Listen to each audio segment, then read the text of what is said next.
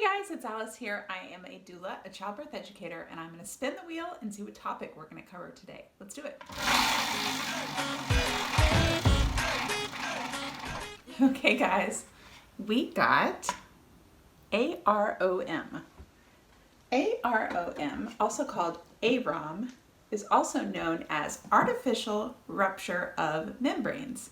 So what that means is when your bag of water, your fluid-filled sac that the baby lives in, is ruptured or broken by your care provider. So your doctor or your midwife will rupture your bag of water if you have AROM, artificial rupture of membranes. So let's talk a little bit about how this is done, and then let's cover why it's done. So the way that a bag of water is ruptured, your membranes are ruptured, is by something called an amnio hook. And I know whenever I explain this in class, sometimes I get those looks on people's faces like sounds kind of painful, but the truth of the matter is that it's usually not painful for most people when it's done, the procedure.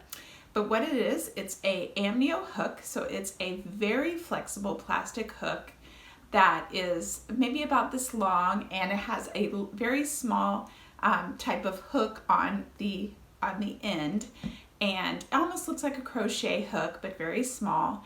And that hook is inserted into your vagina and up through your cervix, and as long as the bag of water isn't, down through the cervix, but sometimes you have to go through the cervix and kind of snag the bag of water, and that causes a tear and is a rupture of the membranes. Generally fairly easily done, though sometimes the bag might be hard to catch and might require a little bit of movement inside, so that could be uncomfortable. But the actual breaking of the bag, fluid-filled bag, is usually or is not uncomfortable, like the rip, because there's no nerve endings on that bag.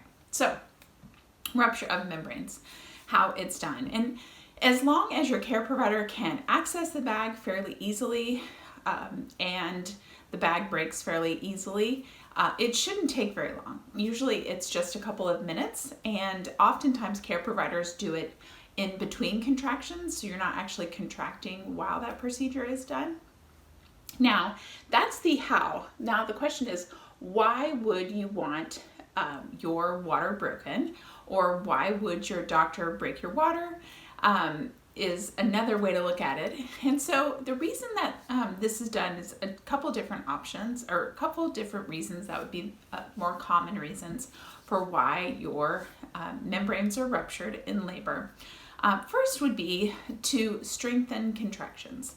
So sometimes if labor is slowing down, a care provider might offer to break your water, because if the bag of water breaks, sometimes that allows the baby's head to drop down and put more pressure on the cervix, and putting pressure on the cervix will help open up the cervix and increase oxytocin, and increasing oxytocin can usually make contraction get stronger, longer, closer together, and bring that cervix more dilated and effaced because of the strength of the contractions, or frequency, or both, increases because of the more pressure of the baby's head on the cervix. So sometimes your care provider might say, things are kind of slowing down, you have the option of having your water broken.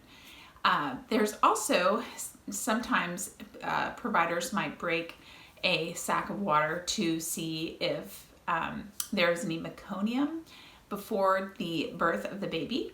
So I have heard of some care providers that as labor gets close, the baby's birth is imminent, if the water is still intact, which isn't that common, but definitely happens that a sac can stay intact all the way through the birth. But sometimes care providers might want to find out if there is any meconium, so that they can have proper personnel in the room and ready in case the baby has any distress. So sometimes I've heard that as well. Sometimes I have heard a suggestion by care providers to break the water just because it's something to do.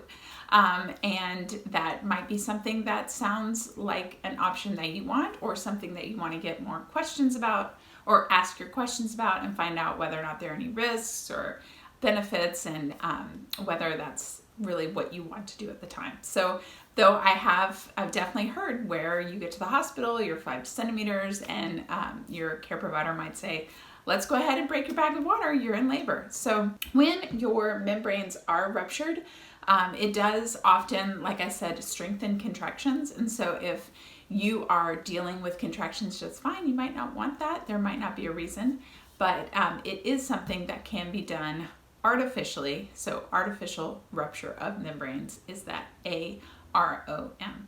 So ask your questions if you are interested in this procedure or not interested, or it's being presented as an option.